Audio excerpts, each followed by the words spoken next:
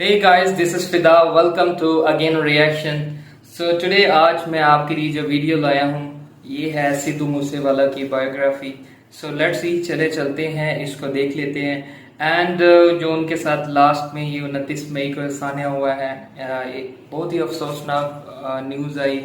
And that time I can't also believe कि ये happen हो गया. देन मैंने सर्च किया एंड आई गॉट दैट ये वाकई हो गया. And I am also a huge fan. Like मैंने उनका जो 295 सॉन्ग है इतनी बार सुना होगा कि मैं आपको बता नहीं सकता. But I am also very sad कि ये हुआ है जो एक्चुअल में नहीं होना चाहिए. सो हम चलते हैं, वीडियो देख लेते हैं एंड लेट्स सी कि उनका ये ज़िंदगी का सफ़र कैसा रहा है, क्या क्या उन्होंने तय किया. सो चलते हैं, प्ले करते हैं. आप एक होटल में बर्तन मांज रहे हो और आसपास जो स्टाफ है वो आप ही के गानों पर थिरक रहा हो, उन्हें गुनगुना रहा हो और उन्हें ये पता भी ना हो कि ये आप ही का गाना है. सिद्धू मूसेवाला के साथ ऐसा हुआ है कनाडा में. असली नाम शुभदीप सिंह सिद्धू, प्यार का नाम गग्गू.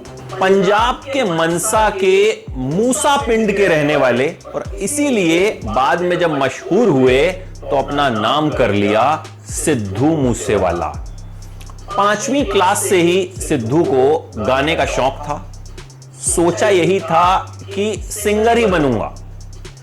हालांकि सिद्धू को पता था कि भाई मेरी शक्ल सूरत उतनी अच्छी है नहीं और बाद में उन्हें इसके लिए क्रिटिसाइज भी किया गया, लेकिन उनका कहना था कि भैया मुझे अच्छी लगती है, मेरे मम्मी पापा को अच्छी लगती है, तो तुम लोगों को क्या दिक्कत है.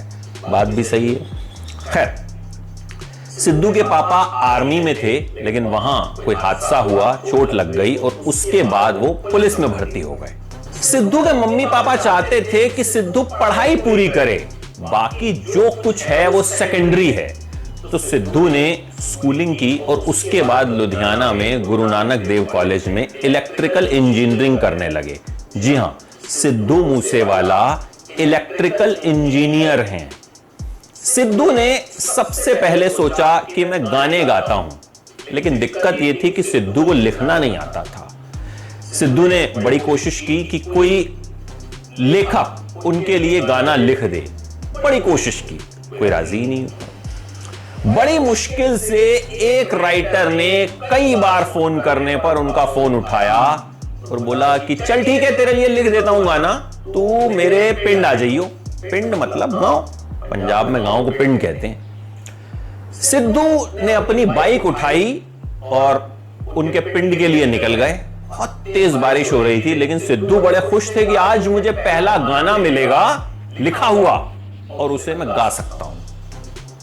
सिद्धू जब उस गांव के बाहर पहुंचे तो उन्होंने फोन मिलाया उस राइटर को कि सर मैं यहां पहुंच गया हूं, जरा मुझे बता दीजिए आपका घर कहां पे है. उन्होंने कहा कि यार तू ना किसी और दिन आइयो, आज तुझे गाना नहीं दे पाऊंगा. सिद्धू बहुत हर्ट हुए और खूब रोए.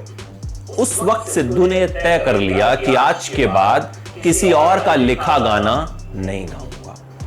अपने हॉस्टल आए और गाने लिखना शुरू किया सबसे पहले. जी हां, सिद्धू ने यह कसम खा ली थी कि किसी का लिखा गाना नहीं गाऊंगा और वो किसी का लिखा गाना नहीं गाते.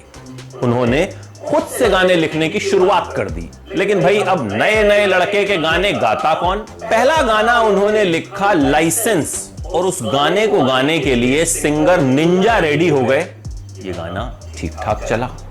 दूसरा गाना उनका दीप जंडू ने गाया. ये गाना भी ठीक ठाक चला.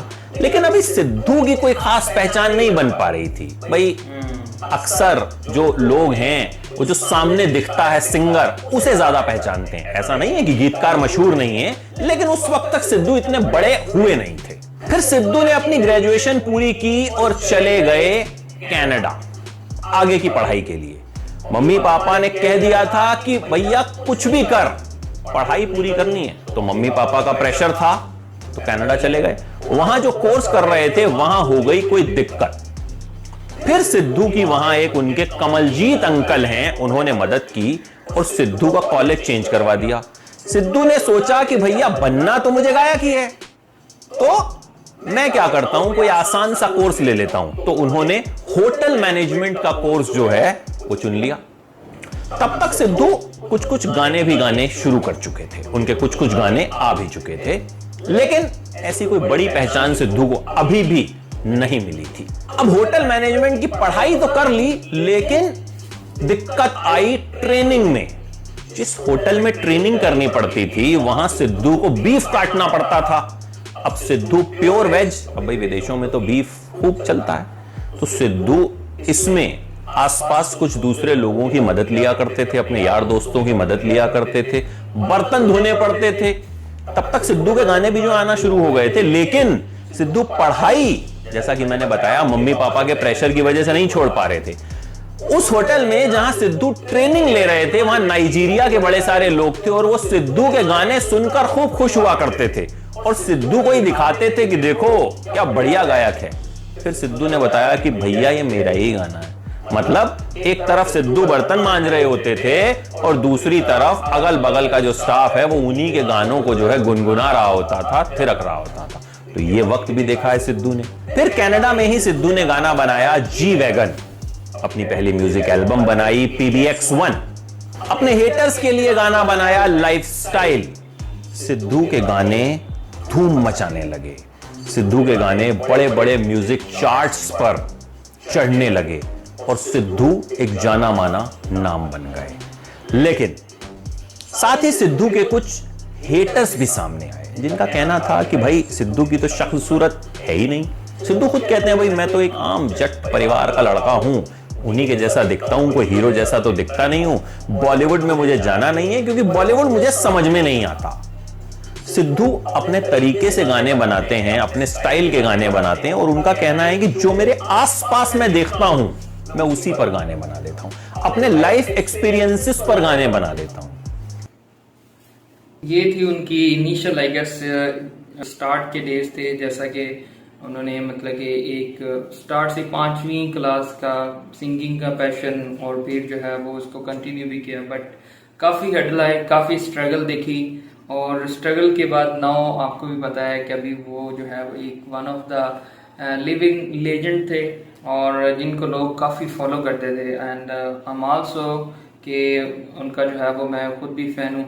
अगर आपने उनका लास्ट सॉन्ग नहीं सुना है जो कि लास्ट राइड है, सो वो आप काइंडली जाके सुने। एंड एग्जैक्टली वो अपनी जो है जैसा कि डेथ का अपनी ही बता रहे हैं उस सॉन्ग में कि जवानी विच जनाजा उठेगा।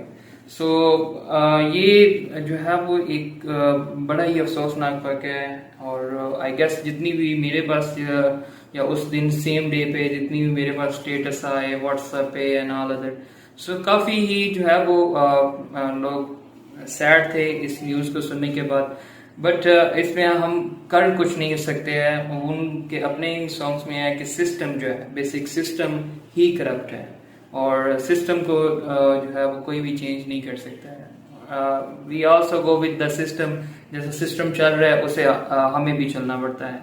सो ये थी उनके एक्चुअल में इनिशियल जो डेज थे उनकी लाइफ के या उनके ईयर्स थे, कैसे उन्होंने स्ट्रगल की।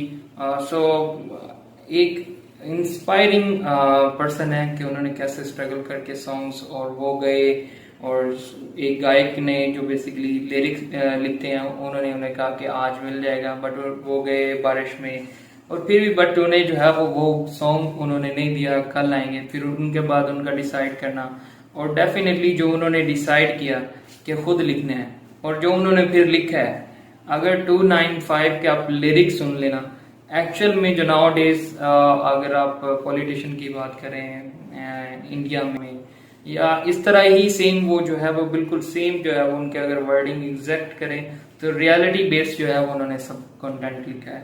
सो प्लीज आप वो भी वॉच करें। आई होप इस पे कोई गवर्नमेंट इंडियन गवर्नमेंट एक्शन ले और justice for Sidhu and living जो लेजेंड था वो चला गया हम में से। So we miss you and मैं कुछ नहीं कह सकता, आई एम स्पीचलेस। सो आपका क्या कहना है इस वीडियो के रिलेटेड आप मुझे कमेंट सेक्शन में बता सकते हैं। अगर आप इस चैनल पे न्यू हैं so please subscribe my channel and press the bell icon तो आपके पास ऐसे आते रहे हर न्यू वीडियो का नोटिफिकेशन भी। तो अगर आपको ये वीडियो अच्छी लगी है तो अपने फ्रेंड के साथ भी शेयर करें। एंड तब तक के लिए आपको मिलते हैं नेक्स्ट वीडियो में। Take care, thank you.